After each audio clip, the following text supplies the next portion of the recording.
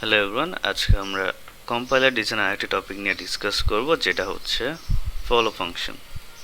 তো আমরা আগের ভিডিওতে দেখেছি হচ্ছে ফার্স্ট নিয়ে, যে আমরা কম্পাইলার ডিজাইনে কোনো স্ট্রিং বা গ্রামার থাকলে আমরা সেটা ফার্স্টটা কীভাবে বের করি।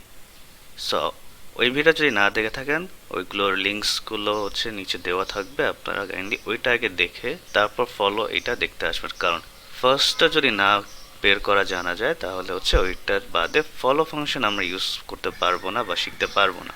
সো ওই ভিডিওগুলো দেখে আসবেন, দেন ফলোটা কন্টিনিউ করেন। সো ফলোর ফাংশনের বিষয়ে আমরা দেখি। আমরা ফলো বলতে কি বুঝি, যে কোনো কিছু বিহাইন্ড বা পিছনে ফলো।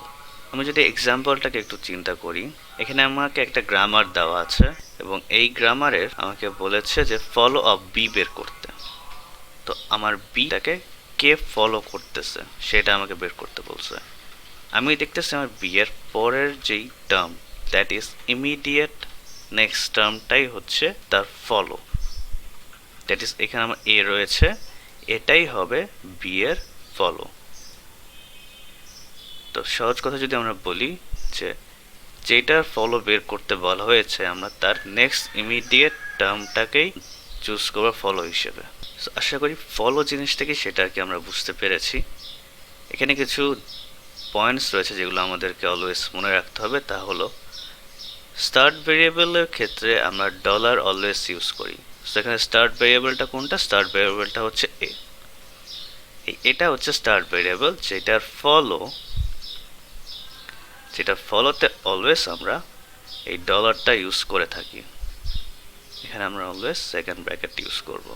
এরপরে আমাকে বলা হয়েছে যে find where follow term comes first. That is আমাকে মাল্টিপল গ্রামার দেওয়া থাকতে পারে, সেখানে বিও মাল্টিপল টাইম আসতে পারে। তো আমি প্রথমে কোনটাকে চুজ করব? আমি চুজ করব যেখানে বিটা একদম প্রথমে আসছে যে গ্রামারে সেটা, এবং বলেছে যে এপসাইলন ক্যান বি ইউজড।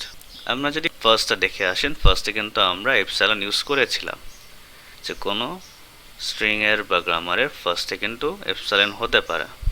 কিন্তু আমরা হচ্ছে ফলো বের করার টাইমে কোনো এপসাইলন ইউজ করব না, এপসাইলনটা একদমই ইউজ করা যাবে না। এই তিনটা পয়েন্টস আমাদেরকে কাইন্ডলি অলওয়েজ মাথায় রাখতে হবে। আমরা কিছু এক্সাম্পলস এখন যদি দেখি, আমাদের ফলো তিন ধরনের হতে পারে। আমরা টাইপ 1 দিয়েছি। টাইপ 1-এ কি, যে ফলো ইজ টার্মিনাল, তার মানে আমার ফলো যে জিনিসটা আছে সেটা টার্মিনাল। লেটস আমি যদি এখানে বলি ফলো অফ টি বের করতে বলা হয়েছে আমাকে। টি এর ফলোকে, টিকে ফলো করতেছে এ, এটা কি? এটা হচ্ছে একটা টার্মিনাল। তাহলে আমি কি এখানে লেখা আছে যে if follow is a terminal just write the terminal.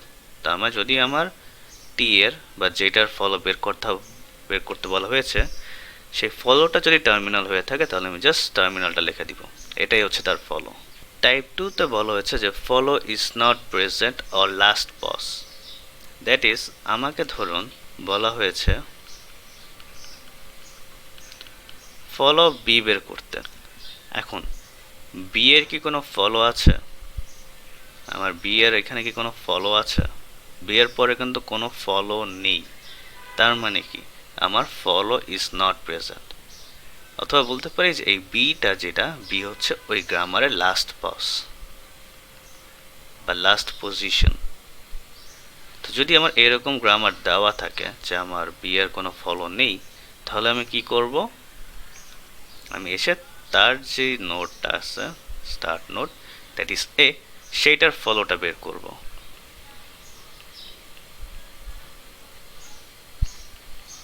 Follow এ, যদি আমার যে ফলোটা বের করতে বলা হয়েছে যেটা আমরা, সেটা যদি কোনো ফলো না থাকে তাহলে আমি কি করব? আমি করব হচ্ছে তার ইনিশিয়াল নোড যেটা এ, সেটার ফলো বের করব।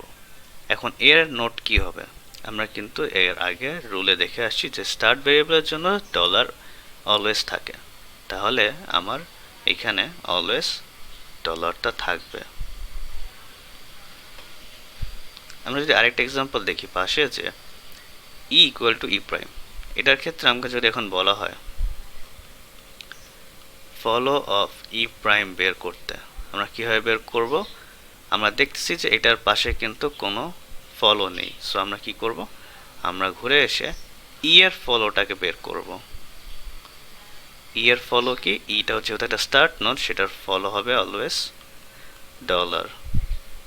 ডলারের পাশে অন্য কিছু থাকতে পারে, বাট ডলারটা অলওয়েজ থাকবেই। তো আমরা এখানে ইজিলি দিয়ে দিতে পারি ডলার। এরপরে আমরা আসবো টাইপ 3-তে। টাইপ 3 কি, টাইপ 3 হচ্ছে follow is a non terminal. আমরা এখন চেক করে আসছি যে ফলো একটা টার্মিনাল হতে পারে, ফলো এমটিও থাকতে পারে, প্রেজেন্ট নাই থাকতে পারে।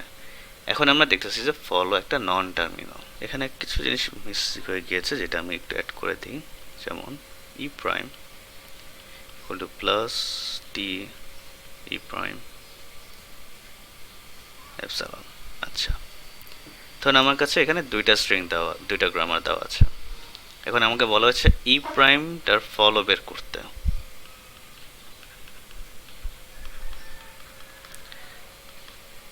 আচ্ছা, ই না, এটা হচ্ছে টি। টি এর ফলো এখানে কি, টি এর ফলো হচ্ছে একটা নন টার্মিনাল। যেহেতু নন টার্মিনাল, আমরা জানি কি যে আমাদের ফলো এবং ফার্স্টের ক্ষেত্রে অলওয়েজ টার্মিনাল ভ্যালুটা থাকবে। আমরা কোনো নন টার্মিনালকে ফলো বা ফার্স্টে নিব না। তো যেহেতু এখানে নন টার্মিনাল আছে, আমাদের কি করতে হবে, আমাদের এই ক্ষেত্রে আমরা যেটা করব যে আমরা নন টার্মিনালটার ফার্স্টটা বের করব। দ্যাট ইজ, যদি আমার ফলো পজিশনে একটা নন টার্মিনাল থাকে, তাহলে আমি সেটার ফার্স্টটা বের করব। আমরা আগের ভিডিওতে দেখে আসছি যে আমরা কীভাবে ফার্স্ট বের করি। ফার্স্ট এখানে হচ্ছে প্রথম এলিমেন্টসগুলোকে নেই, এটার জন্য একটা, এবং যেটা একটা অর কন্ডিশন আছে, এবং এখানে একটা এপসাইলন। সো আমরা ফার্স্টের ক্ষেত্রে প্লাস এবং এপসাইলন। ফার্স্টের ক্ষেত্রে কিন্তু এপসাইলন অ্যাপ্লাই হয়, কিন্তু আমরা জানি যে ফলোর ক্ষেত্রে শিখেছি যে এপসাইলন থাকবে না। তো এই পর্যন্ত আপাতত ঠিক আছে। এখন আমাকে কি করতে হবে, আমাকে এখন এই জিনিসটাকে রিপ্লেস করতে হবে কোথায়, ই প্রাইমের সাথে। তাহলে আমি এখন লিখি যে রিপ্লেস ই প্রাইম উইথ এইগুলো দিয়ে। তাহলে এটা হবে হচ্ছে টি ই প্রাইম। ই প্রাইমের জায়গায় আমি হচ্ছে প্লাসটা দিলাম। যদি প্লাস হয় তাহলে কি, সেটা হবে টি প্লাস। এইটার জন্য, টি প্লাসের জন্য আমরা কি জানলাম যে আমাদের যদি টি এর ফলো বের করতে বলা হয়েছে যেহেতু, তো টি এর ফলো কি হবে, প্লাস। টিটাকে প্লাস ফলো করতেছে, যেটা একটা নন টার্মিনাল। এখন এর জন্য আবার টি প্রাইমের বদলে আমরা এপসাইলন দিলাম। এপসাইলনটা কি, একটা এমটি, তার মানে এটা টি থাকবে শুধু। এখন দেখেন আবার টি এর জন্য কি ফলো মিসিং না, টি এর পরে কি কোনো ফলো আছে, নাই। তার মানে কি আমরা একটু আগে যেই টাইপটা শিখেছি, যেখানে যদি আমার যেইটার ফলো বের করতে বলা হয়েছে সেটা যদি কোনো ফলো না থাকে, আমরা কি করতাম, আমরা তার নোডের ফলোটা বের করতাম। সো এক্ষেত্রে আমরা টাইপ 2টাকে আবার ফলো করব। দ্যাট ইজ, আমরা এখানে ই এর ফলোটাকে বের করব। ই এর ফলোটা কি, আমরা জানি যদি একটা স্টার্ট নোড, তাহলে একটা ডলার চলে আসবে দিকে। দেয়ারফর আমার ফলো অফ টি কি হলো, আমার ফলো অফ টি হচ্ছে প্লাস এবং ডলার। আশা করি একটু বুঝতে পেরেছেন। আমরা ফিউচারে আরও কিছু এক্সাম্পলস করবো ফার্স্ট এবং ফলো নিয়ে। কোনো ধরনের কনফিউশনস থাকলে কমেন্ট করতে পারেন, জানাতে পারেন। Thank you.